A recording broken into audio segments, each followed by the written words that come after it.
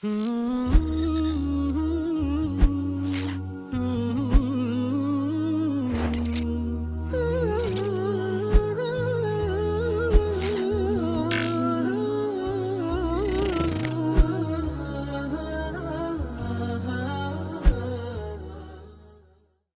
nërmiq, mirë se rishjemi sërish në takimin e përjavshëm në emisionin Gratë në Kur'an. Do të flasim sot për disa keqkuptime, disa akuza, disa deformime që janë hedhur në histori, pikërisht në atë histori ku gruaja, ku femra është në pjedestalin më të lartë të fisnikërisë, të nderimit dhe të drejtave.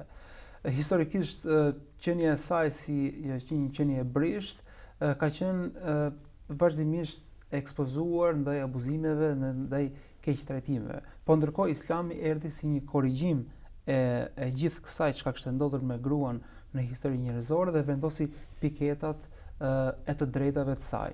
Për të njohur me disa nga këto të drejta, për të njohur gjithashtu me disa nga këto keqkuptime, ne do të kemi sot një bashkësedim me hoxhën e nderuar profesor Ferit Piku. Profesor, mirë se vini. Mirë se gjithë, faleminderit Ilir. Profesor, ajo që më së tepërmi është aluduar në konceptin islam është se gruaja vjen si një qenie e nënshtruar ndaj burrit. Pra vjen si një skllave e tij, e cila nuk i shërben asgjë tjetër dhe nuk ka asnjë rol tjetër në jetë përveç se të jetë një gjë e nënshtruar, pa mendim, pa opinion, pa zgjedhje, pa shije. Okej, kjo është ekstreme, po si qëndron realiteti i kësaj akuze të cilat janë të drejtat e gruas në këtë kontekst. Bismillahirrahmanirrahim, me emrin e Zotit, mëshirues, mëshirbërës, mëshirplot. Në këtë serial po themi takimesh apo bashkëbisedimesh, po mundohemi të hedhim dritë mbi statusin që ka gruaja, femra, te krijuesi i saj, tek Zoti. Dhe kjo është e rëndësishme, parsisht mendoj që gratë ta dinë statusin e tyre tek Zoti, por është e rëndësishme edhe për burrat që të dinë statusin dhe vendin që meritojnë gratë të krijuesi i tyre dhe në shoqëri. Kështu që, si të thuash, këto biseda po tentojnë të edukojnë si gratë ashtu dhe edhe burrat. Nëse unë vazhdoj të them që nëse du ta shikojmë çështjen në këndvështrimi hyjnor, do shohim se shumë keqkuptime apo abuzime që mund të kenë ndodhur në histori, ndoshta edhe në emër të fesë apo të fetarëve, do shikojmë që nuk kanë vlerë, nuk kanë peshë dhe nuk kanë as pak realitet tek Zoti. Prandaj gjithmonë jemi kthyer dhe unë ftoj që të kthehemi tek fillimi i historisë njerëzore, tek Ademi dhe Havaja, tek babai i njerëzimit dhe nëna e njerëzimit, dhe si ishte relata marrëdhënia mes tyre dyve dhe si komunikoi Zoti me secilin prej tyre. Nëse gruan, këtë rast nënën e njerëzimit Havan, e shikojmë si gjysmën e domosdoshme për jetën, gjysma që plotson gjysmën tjetër, e shikojmë si krijesë më vetë të Zotit, që ka ajo komunikimin e ka drejt për drejt me Zotin dhe nuk e ka nëpërmjet burrave. Pra nuk është se gratë do shkojnë tek Zoti i tyre nëpërmjet bashortëve të tyre apo nëpërmjet burrave të tyre. Ajo është krijesë e Zotit, ka një status të domosdoshëm, e ka dalluar Zoti me disa specifika që nuk ja ka dhënë burrave, siç i ka dhënë burrave disa specifika që s'e ka dhënë grave. Dhe ky dallim nuk është dallim nënçmues, por ky dallim është pikërisht për rolin që do të luajnë ata, secili prej tyre në shoqëri. Kështu që po të shikojmë se si i drejtohet Zoti Ademit kur ai krijon bashortën e tij Havan, edhe kur në përgjithësi flet Zoti për lidhjen martesore, do thotë që Zoti krijoi për ju gratë që të qetësoheni. Gruaja është burimi i qetësisë, sepse Zoti ka dhënë asaj specifika që ajo mundet edhe në situatat më të vështira t'i amortizojë konfliktet, t'i amortizojë debatet, sepse bota e saj shpirtërore dhe bota e saj e ndjenjave është një botë e tillë. Kur themi që është ajo e nënshtruar ndaj burrit, parsisht ne themi ajo është e nënshtruar ndaj Zotit të saj, ndaj krijuesit të saj. Çdo krijesë është e nënshtruar ndaj krijuesit të saj. Mirë po, nëse shikojmë sidomos disa porosi profetike që i drejtohen grave, nga statusi dhe nga specifikat që kanë, profeti Muhammed a.s. i fton gratë që të luajnë rolin e tyre amortizues, zbutës, që t'i binden bashortëve të tyre, pra burrave të tyre, se mos bindja, sidomos e një nëne, e një zonjë e shtëpie, e prish gjithë sistemin e shtëpisë. Kështu që të gjitha hadithet ne duhet të shikojmë në funksion të së-tërës, në funksion, pra jo thjesht ajo i bindet një burri, verbrisht atij, por ajo e bën këtë gjë pikërisht për të ruajtur familjen e saj, për të ruajtur këtë lidhje mes bashortit dhe bashortës, sepse natyra e saj është e veçantë dhe roli që duhet luaj bashortja edhe gruaja është roli i veçantë. Nëse ndalim pak tek ajeti kuranor, shpesh herë është ajet që është bërë shkak për, po themi, gjasme për akuzat të hedhura ndaj Islamit, ku Zoti thotë er-rijalu qawwamuna 'ala an-nisa, burrat janë superior, apo themi që kujdestar ndaj grave. Kjo nuk është superioritet i cilësive, nuk është superioritet denigrues apo shtypës apo për në përkëmbur një grua. Jo, Zoti thotë që përgjegjësitë që kanë burrat dhe burrat në përgjithësi kanë përgjegjësitë financiare, kanë përgjegjësitë fizike për të mbajtur familjet e tyre, i bën ata përgjegjës ndaj familjeve të tyre, duke filluar pikërisht me bashortën. Pra kjo përgjegjësia është detyrim, nuk është lartësim apo një vlerë ekstra e një mashkulli ndaj një femre. Kjo është pikërisht që ai të mbajë detyrimin, të mbajë barrën, sidomos barrën financiare ndaj familjes së tij. Pra ka një hierarki përgjithsisht në farë mënyrë, po jo një hierarki vlerash. Pra do të kuptojmë që familja në Islam është me role të përcaktuara dhe këto role janë të mbivendosura në kuptimin e një logjike hierarkisht të përgjegjësive dhe të detyrave, po kjo nuk e bën as pak më të vlefshme si po themi si cilësi dhe po si njeri më të vlefshëm se tjetri. Siç ka gruaja superioritet ndaj burrit në disa aspekte. Është aspekti i edukimit. Parsisht nënat janë ata që edukojnë. Dhe nëna edukon duke e patur fëmijën në trupin e saj. Vetë prezenca e një fëmije 9 muaj në trupin një nënë është një edukim. Dhe mund të themi që shkolla e parë apo çerdhja e parë një krijesë është përpara se të lindësh, pikërisht barku i nënës së tij. Nënat janë ato që edukojnë më së miri kur fëmia lind, ato që s'mund ta bëjë burri. Dhe nëse do t'i kërkonin burrave për arsye të caktuara që ta bëjnë, është një sforcim jo i vogël. Kjo do thotë që baballarët, prindrit, burrat nuk kanë detyrim në edukimin e fëmijëve, se dhe kjo është një problem që shpesh herë nënat apo gratë ankohen, se burri thotë sikur është vetëm përgjegjës për sa i përket sjelljes të mirave materiale në shtëpi, pastaj me pjesën tjetër thotë të merret nëna e tij. Jo. Babai, burri ka rolin e vet në edukim, por specifikat që ka nëna janë specifika të veçanta që s'mund t'i ketë burri, pikërisht për atë botë ndjenjash, për atë botë shpirtërore të madhe që ka nëna. Prandaj, nëse burrat qenë kanë thonjza superior në përgjegjësinë që kanë në detyrimet familjare, nënat janë superiore në aspektin e edukimit të fëmijëve të tyre, menaxhimit të shtëpive, dhe kjo është e vërtetuar. Pra siç e përmende, nuk janë preferenca vlerash, njëri është më i mirë se sa tjetri, po janë orientime hyjnore dhe profetike që secili prej prindërve, babai dhe nëna, burri dhe gruaja të luajnë rolin e tyre në përputhje me ato specifika që ju ka dhënë atyre Zoti dhe që i ka dalluar me njëri tjetrin. Janë dallime për të plotësuar njëri tjetrin dhe jo dallime për të qenë superior, pra njëri është më i mirë se sa tjetri. Pra ne kemi dhe hadithe të shumta që vinë në kontekstin e përmirësimit të jetës familjare dhe bashkëtorë, kryesisht ku ashtu siç profeti alayhis salam thotë se kënaqësia e Zotit është tek kënaqësia e burrit për gruan, ashtu kemi edhe hadithe të tjera ku profeti alayhis salam e konsideron si një amanet gruan që i është besuar burrit, që do thotë që kujdesi duhet i ndërsjell. Pra, për ta kuptuar, familja në Islam është një familje me hierarki, me role të përcaktuara dhe me përgjegjësi të hierarkizuar, nëse mund të themi kështu. Që mos habitemi edhe në situatat kur ndoshta dikush është rritur në një kulturë ku nuk ka role, ku të gjithë janë njësoj, të barabartë si në përgjegjësi, si në detyra, familja islame pas ka një strukturë të caktuar. Patjetër, nëse nuk gabojnë, e përmendëm që kur njeriu nuk është i rahatuar me veten e tij, me specifikat që i ka dhënë Zoti në krijim, dhe nuk është i rahatuar me misionin e tij në jetë, është shumë vështirë ta bindësh këtë njerëz, sepse ai parsisht nuk është i rahatuar me veten e tij, dhe kjo është ajo që po ndodh sot, jo thjesht mes burrave dhe grave, por mes edhe vetë njerëzve. Njerëzit po mundohen të dalin nga natyra e tyre, sepse thonë se duket sikur dikush e ka bërë me hile.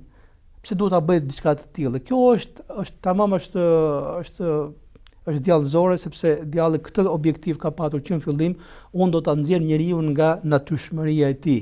Do ta bëj atë të pakënaqur me krijimin e tij, të pakënaqur me botën e tij. Ai është objektivi final i djallit mallkuar. Nëse gratë nuk janë të rahatuara me ato që ka dhënë Zoti, dhe gjithmonë do ta shikojnë veten e tyre si viktimë, që dikush ja bën me hile, dhe për këtë arsye po tentojnë të shkojnë në ekstremin tjetër, unë përmenda që ato do të shkatrojnë veten e tyre, familjen dhe gjithë shoqërinë. Dhe për fat keq po shkojmë drejt kësaj.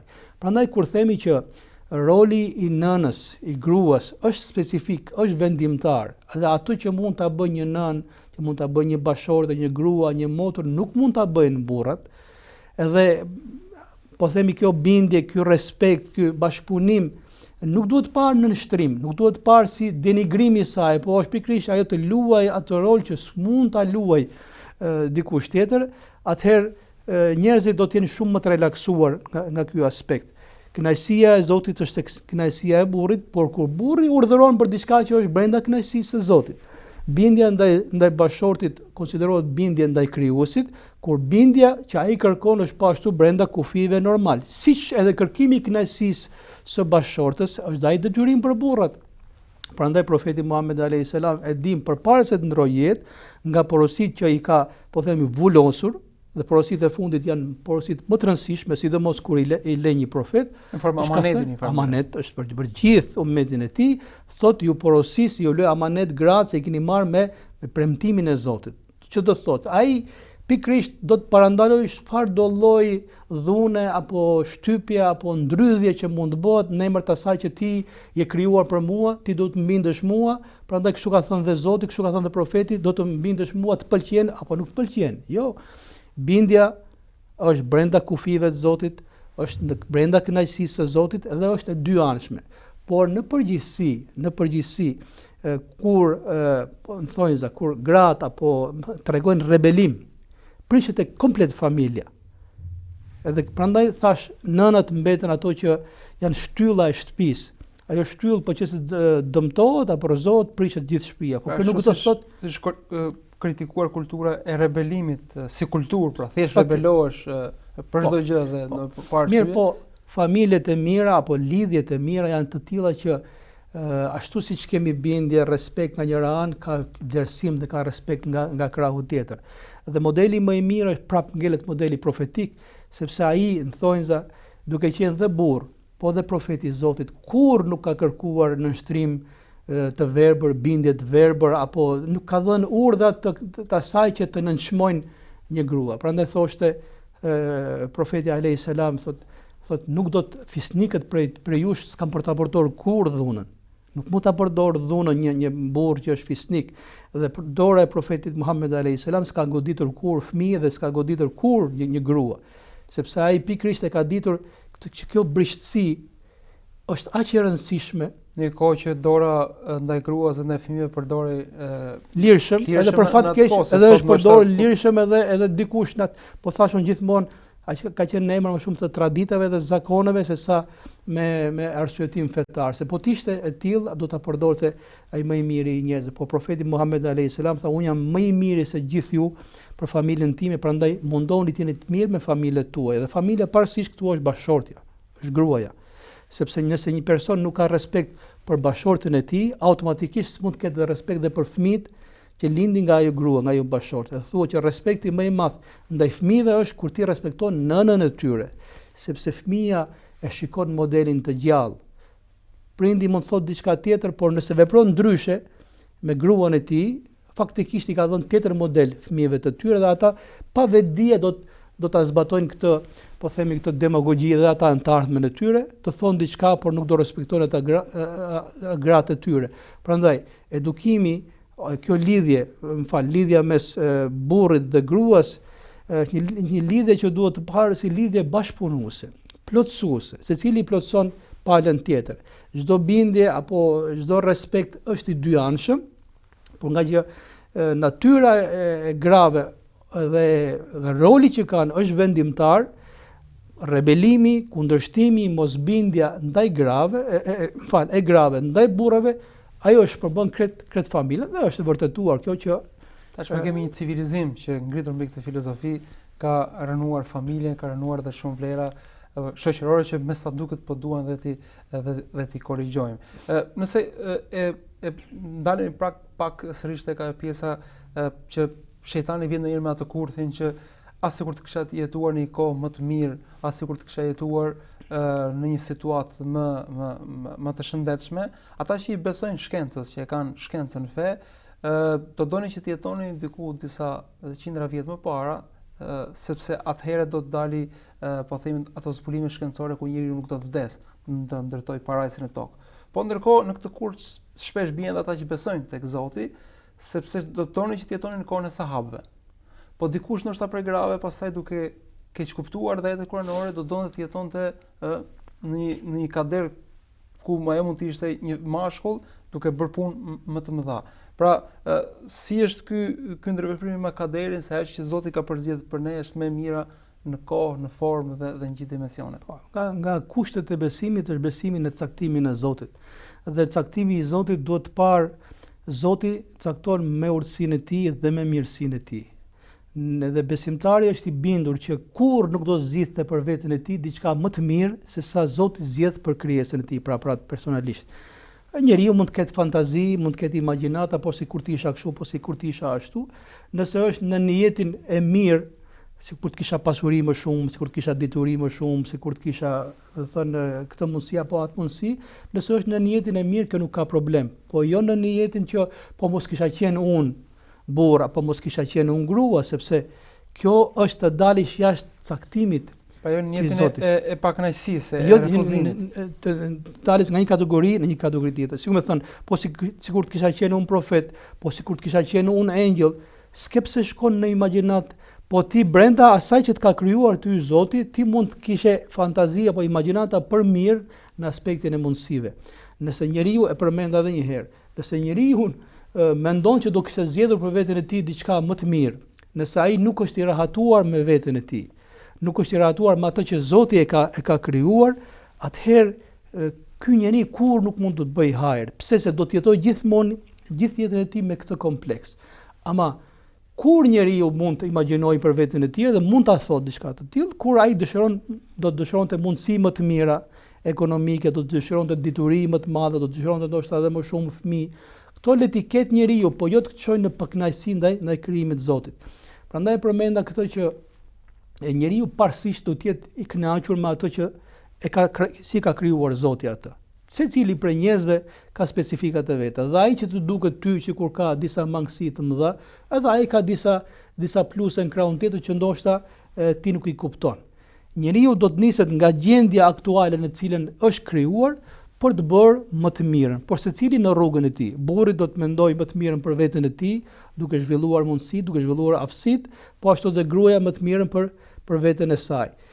Kjo është pse është nga kushtet e besimit, besimin në caktimin e Zotit, sepse këtu është fillimi dhe startimi i zhvillimit të mëtejshëm. Nëse do kthesh kokën mbrapa, do thuash po jo, po të kisha qenë atje, po të kisha qenë kështu, po mos kisha qenë kështu, atëherë njeriu nuk mund ta nisi rrugën e ai gjithmonë do shikoj me kokën mbrapa dhe do vdes përsëri me kokën mbrapa. Dhe besimi pikërisht nuk e le këtë gjë. Kur ka ndodhur diçka, pse nuk është mirë të thot njeriu sikur. Pse? Sepse ajo të fut në disa labirinthe për cilave ti nuk del dot.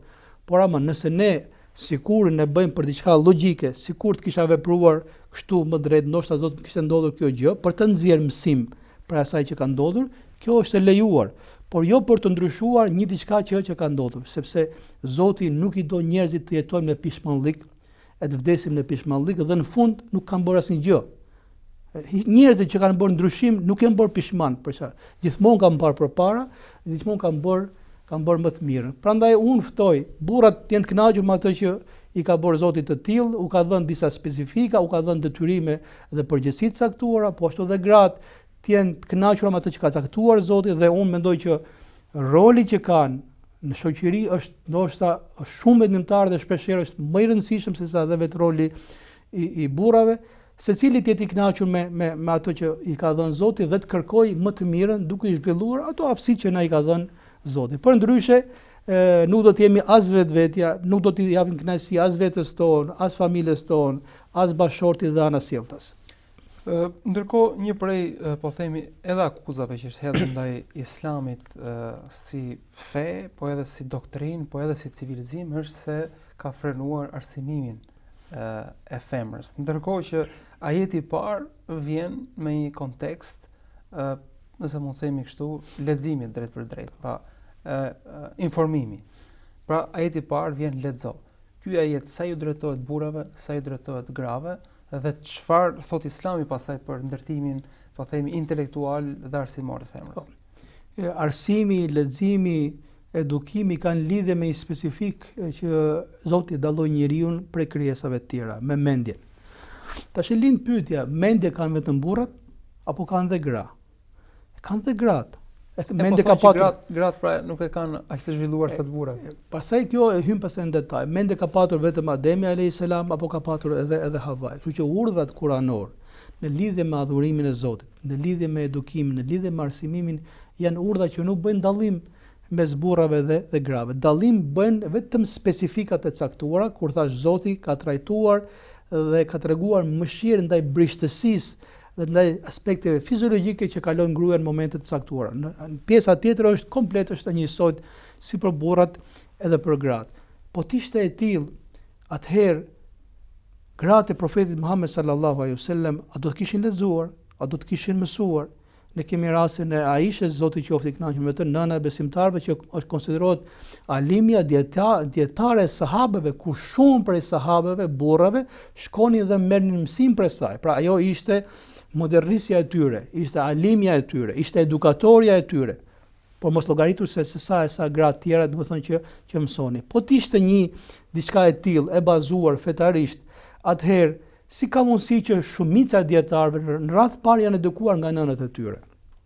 Sot e kësaj dite, sidomos është specifik kjo traditë në zonën e Mauritanisë, do të thënë zonën e Shkretirës, të gjithë po të pyesësh këta dietarë të mëdhenj që janë me të vërtetë janë enciklopedi në mendjet e tyre, nga kush ka mësuar për herë të parë, do thotë nëna, është mësuesja e parë. Deri një moshë të konsiderueshme në moshë adoleshencë nuk kanë hoxh tjetër, por kanë nënat e tyre. Pra njohuritë bazike kryesisht i kanë marrë nga nënat e tyre. Po patjetër edhe këto njohuritë bazike janë aq të rëndësishme dhe aq të mëdha saqë pastaj ose puna e themelit, pastaj mund të ndërtosh ti mbi themel, por kurse ka themelin në rregull, çfarë do të ndërtosh mbi të. Pra, variojnë pastaj vende të ndryshme. Thash, këto lloj vendesh, gratë, këto lloj vendesh janë dietare që me vërtet ka frikë dhe ka turp njeriu t'i pyes sepse janë shumë më ditura se sa shumë që i konsiderojmë ne që janë hoxhallar. Po t'ishte kjo punë që nuk ka gruaja, nuk ka as shqetësim për të mësuar, as për të shkuar në shkollë, as për të lodhur mendjen e saj, po të shoh vetëm punë të shtëpisë, ne s'do kishim asnjëherë s'do kishim dietare. Mi po gratë shumë interesante, jo thjesht që kanë qenë dietare, por kanë investuar shumë për dituri. Prandaj nëna është ajo parsore që do që fëmia i saj të mësojë dhe të edukohet. Shafiun, Zoti qoftë i kënaqur me të, ajo që e mori për dorë dhe e çoi, është nëna e tij. Dhe shumë prej tyre që ishin dietar, po ishin jetim. Kush i edukoi këta? Kush i arsimoi këta? Janë nënat e tyre.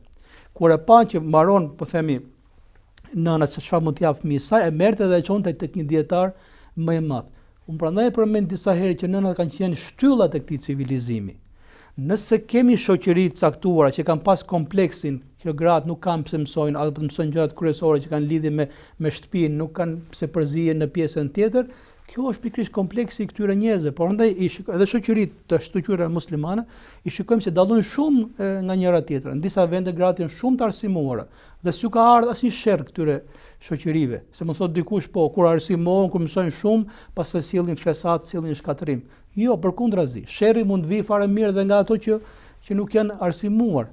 Kjo nuk ka bazë fetare. Hadithet profetike janë si për burrat edhe për gratë.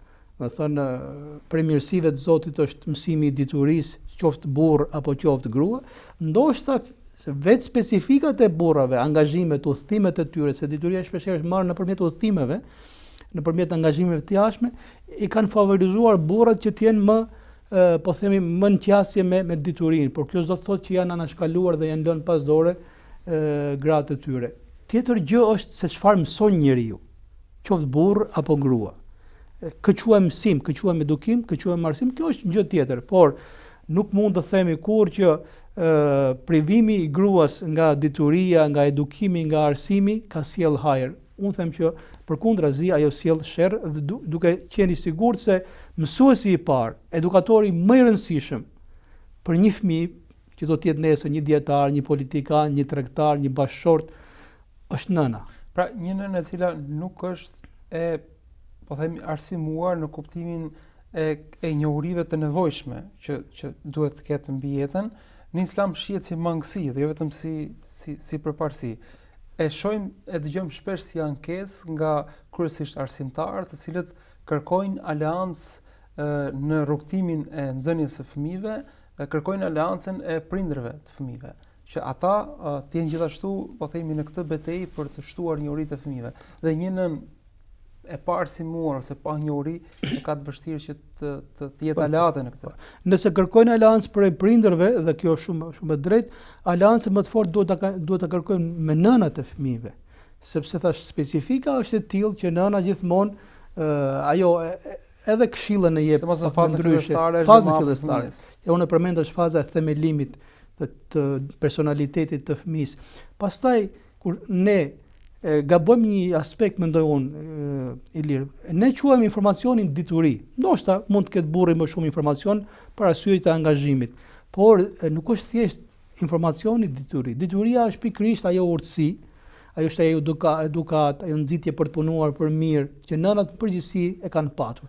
Pastaj mund varjojnë, thash vendet e caktuara, nëna e bashkëshorte mund të jetë më arsimuar, vendet tjera ndoshta nuk është kaq e arsimuar, por kjo do të thotë që ajo nuk ka dituri, nuk do të thotë që nuk ka urtësi.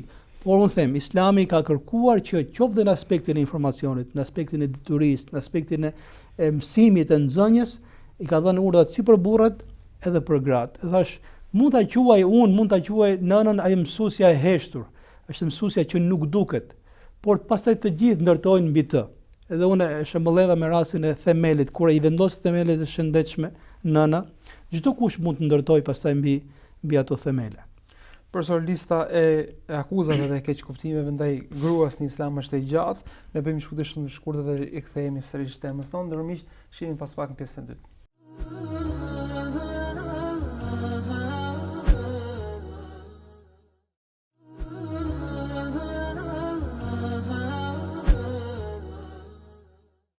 Rikthehemi sërish në studio, po flasim për disa prej akuzave dhe keqkuptimeve që janë ndërtuar së fundmi, shekullin e fundit, pra rreth konceptit gruas në Islam. Ka patur një ushtri të tërë deri diku dhe islamofobie, ka patur madje një shkencë e ndërtuar në këtë aspekt, dhe këto janë shpesh keqkuptime të strukturuara jo pak, profesor. Prandaj një prej akuzave që është hedhur ndaj femrës në Islam është edhe se ajo nuk ka të drejtën e pronës, të drejta ekonomike, pra nuk ka drejt të trashëgojë, dhe në shumë civilizime nuk ka qenë pjesë e trashëgimisë, nuk ka të drejtë të zotërojë, të shes, të jetë sipërmarrëse. Si e trajton Islami këtë aspekt? Ne kemi thënë që nëse do shikonim gjendjen e gruas, statusin e saj në shoqërinë në cilën fillon dhe zbret Kurani, dhe jo thjesht në shoqërinë arabe, por shoqërinë botërore në atë kohë, shumë për këtyre akuza mund të duken që me të vërtet, por nëse e lexon si ka qenë konteksti historik dhe çfarë ka folur në ato momente Kurani, ne kemi thënë që Kurani bën një revolucion të jashtëzakonshëm dhe nuk bën gjë tjetër vetëm se çon hakun në vendin që i takon.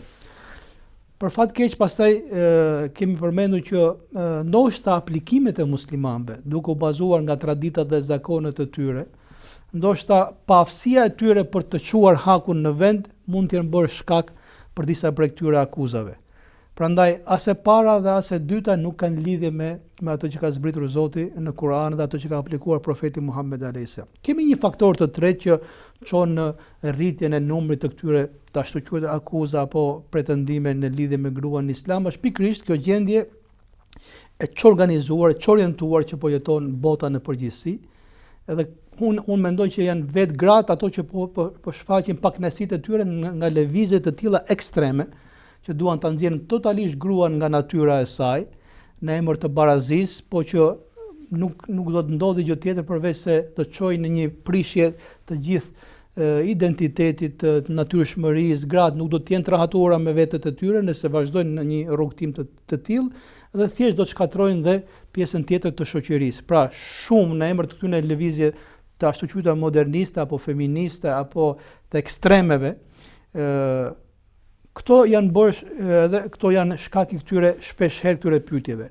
Nëse kthehemi tek pyetja juaj, gruaja trajtohej si plaçk në atë kohë kur Islami jep asaj të drejta financiare, të drejta ekonomike, që ajo ka drejtën e pasurisë së saj, ka drejtën e mehrit kur martohet dhe është drejtë që s'du ta preki as familja e saj, as bashorti i saj, thjesht me kënaqësinë e saj, është e drejta e saj nëse ndahet, kurdo që të ndahet, që i takon pjesa e saj.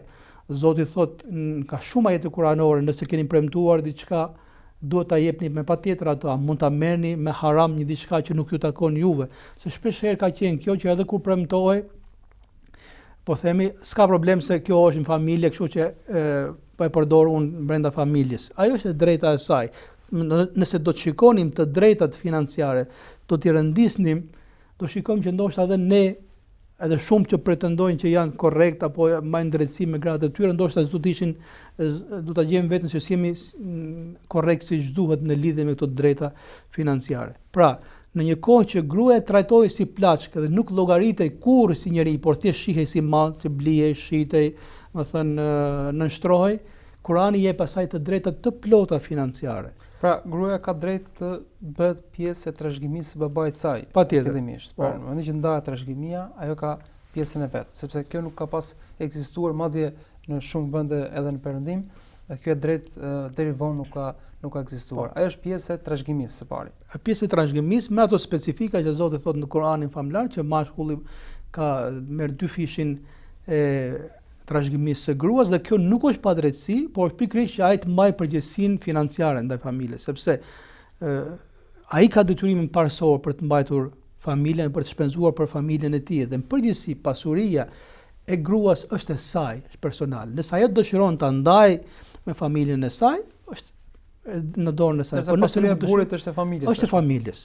Prandaj e thash, statusi biles financiar i gruas është edhe më i madh se sa kaq. Ky është një element, është elementi i dytë që përmenden në rastin e fejesës ose të martesës, ajo ka hakun e saj, ka drejtën e saj në aspektin financiar, është pjesë e saj, është pasuria e saj, që nuk duhet preket. Edhe një premtim i dhënë, qoftë, më thënë, me një pasuri që ai do ta jap në momentin e caktuar, apo që ja premton asaj të jap pas një farë kohë, një premtim që duhet mbajtur. Edhe në rastin se nëse prishet ajo lidhje, bashorti ai ka detyrim ta mbajë, është detyrim ndaj Zotit, detyrim ta mbajë fjalën për atë që i ka premtuar bashortes së tij. Imagjino, ai do të ndahet, edhe ndoshta do ta ketë njeriu më të rryer në botë, por e ka detyrim që të jap premtimin që i ka dhënë asaj, se ky premtim parsisht është dhënë përpara Zotit. Nga ana tjetër, gratë në historinë islame kanë patur angazhim financiar, angazhim tregtar. Hadija radiallahu anha, Zoti qoftë i kënaqur me të, ishte një tregtare. Dhe profeti Muhammed alayhis salam kur shkoi në Sham, ai bëri menaxhimin e pasurisë dhe tregtisë së Hatijes, se si i bëri përshtypje Hatijes, ajo ishte tregtare. Si bëri përshtypje sjellja dhe aftësia, ndershmëria dhe aftësia e profetit Muhammed alayhis salam, që ajo vetë ofroi veten e saj, pikrisht nga që ajo ishte tregtare dhe e dinte se çfarë do thotë tregti, çfarë do thotë ndershmëri në tregti.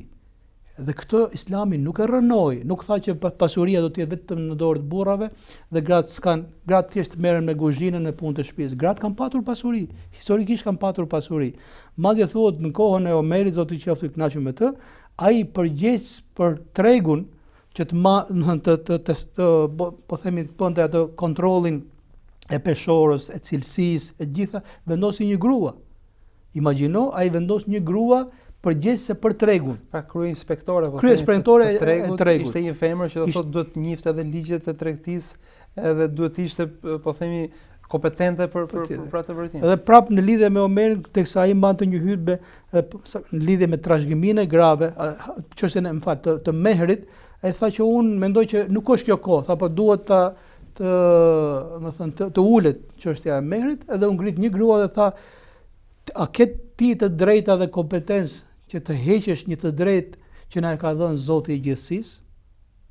E tha Omeri, tha, e qelloi një grua dhe gaboi Omeri. Pra, aq të lirshme kanë qenë në edhe dhënien e mendimit të tyre, po edhe në drejtat e tyre financiare, dhe historikisht dietarët e fikut kur kanë folur për çështjet e tregtisë, nuk kanë për dallim për kjo ka lidhje me burrat, kjo ka lidhje me gratë. Çështjet e tregtisë, transaksionet, ato haku, detyrimet, të gjitha janë njësoj, si për burrat, ashtu edhe për gratë. Historikisht gratë e muslimanëve kanë patur pasurinë në dorë e tyre, kanë bërë tregti. Shumica e vakëfeve, sa për djeni, shumica e vakëfeve që janë dhënë nga gra. Pra, ajo po nëse s'ka patur pasuri, si mund të jepte vakëf? Shumica e medreseve, e universiteteve botërore që për ta lidhur edhe me të drejtën e arsimimit, universiteti po është ndërtuar nga një femër. Patjetër. Pra, nëse ajo s'do kishte fare, po themi, qasje me arsimin apo s'do kishte interes për arsimin, si mund të investonte dhe të linte pasurinë e saj për diçka të tillë. Prandaj thash, historia flet për diçka tjetër. Këto pretendime, këto akuza apo këto që ngrihen faktikisht mund vinë nga gabime që bëjnë musliman apo nga krahu tjetër i cili e do çdo gjë pa hierarki, pa rregulla dhe është kërkon në formë të një shfrenimi total. Një drejt tjetër të cilën bota civilizuar e njeh si një arritje të madhe në shekullin e 20 është e drejta e grave për të dhënë opinion, për të përfshirë në opinionin e tyre, e drejta për të përzgjedhur, e drejta për të votuar. Kjo e drejtë në Islam ekziston, a ka qenë në çfarë konteksti është? Gruaja ka dhënë historikisht ka dhënë mendimin e saj, madje ka dhënë mendimin e saj në momente delikate dhe kritike, dhe gjithmonë dietarët sjellin si shembull rastin e marrëveshjes së Hudejbijes, marrëveshje e cila në pamje të jashtme ishte shumë kundra të interesave madhore të muslimanëve, dhe profeti Muhammed alayhis salam urdhëron sahabët që kishin ardhur nga Medina, kishin ardhur ishin në kufi, në buzë të Mekës, gjithë ajo distancë, gjithë ajo vështirësi, gjithë ai mall për të hyrë në Mekë. Profeti Muhammed kishte lidhur një marrëveshje me Kurejshët, që në vendin e quajtur Hudejbia, dhe tha ne do të kthehemi, tha, po me shpresë që të vim prap vitin tjetër. Shumica e sahabëve nuk e dëgjuan këtë fjalë, u mërzitën, jo se nuk respektonin fjalën e profetit Muhammed alayhis salam, e thonë që ajo që jo ka dhënë mendim dhe ka qetësuar, kjo është shumë e rëndësishme pastaj. Roli që ka një grua, sidomos nëse është e mençur, ajo pra i jep një mendim profetit Zotit dhe thotë, o i dërguari i Zotit, mos u zemron ndaj tyre, se nuk është se nuk të binden ty, po e kanë shumë të vështirë ta pranojnë diçka të tillë, që të kthehen edhe një herë në Medinë pas këtij mallit madh, pas kësaj vështirësie, edhe ju duket vetë sikur, më thënë, po japin, po tregojnë dobësi përballë. Thotë nuk e kanë me ty.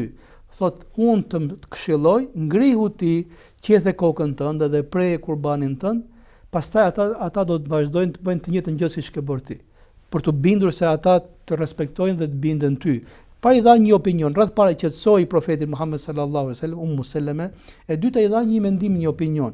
Dhe kjo ka ndodhur shpesh herë gjatë gjithë historisë. Sidomos në çështje që janë intime apo delikate, vetë profeti Muhammed alayhis salam pyeste gratë.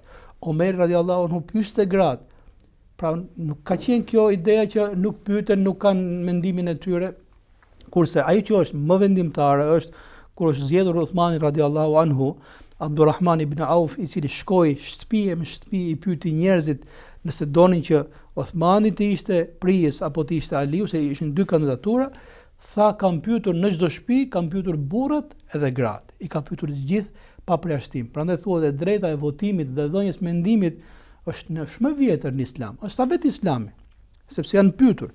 Sidomos në aspekte specifike që bile s'ka njëherë merret mendimi i grave për bazë, nuk merret mendimi i burrave. Nëse është një fushë që ato janë eksperte dhe kanë ekspertizën e duhur, nuk merret fare mendimi i burrave. Prandaj ajo ka të drejtën e saj të dhënies mendimit, ka të drejtën e saj të kundërshtimit, siç e përmendash rastin e Omerit, kur u ngrit dhe ajo i tha prisit besimtarëve, tha, e ke gabim? A do të dëgjojmë fjalën e Zotit apo do të dëgjojmë fjalën tënde? Do të bindemi Zotit apo do të bindemi ty? Do të bindemi Zotit, atëherë tha ti e ke gabim, sepse Zoti thot kështu në Kur'anin famlar.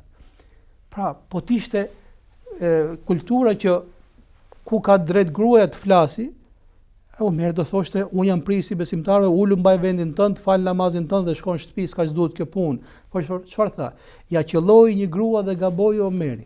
Pikërisht për të mësuar edhe shokëve të tij që ato kanë drejtën e tyre, kanë opinionin e tyre dhe shpeshherë do mund ta kenë shumë më të qelluar mendimin se sa dhe vet burrat. Këto në historinë islame kanë ekzistuar gjithmonë e drejta e mendimit, e drejta e kundërshtimit, e drejta e zgjedhjes, dhe nuk është se Perëndimi mendoj vonja ka dhënë të drejtë gruas. Kjo në historinë tonë islame, kjo ka qenë të drejtën e votës, drejtën e trashëgimisë, në Perëndim femra ka marrë në shekullin e 20 për vitet 1900, dhe kjo është konsideruar një prej revolucioneve të mëdha.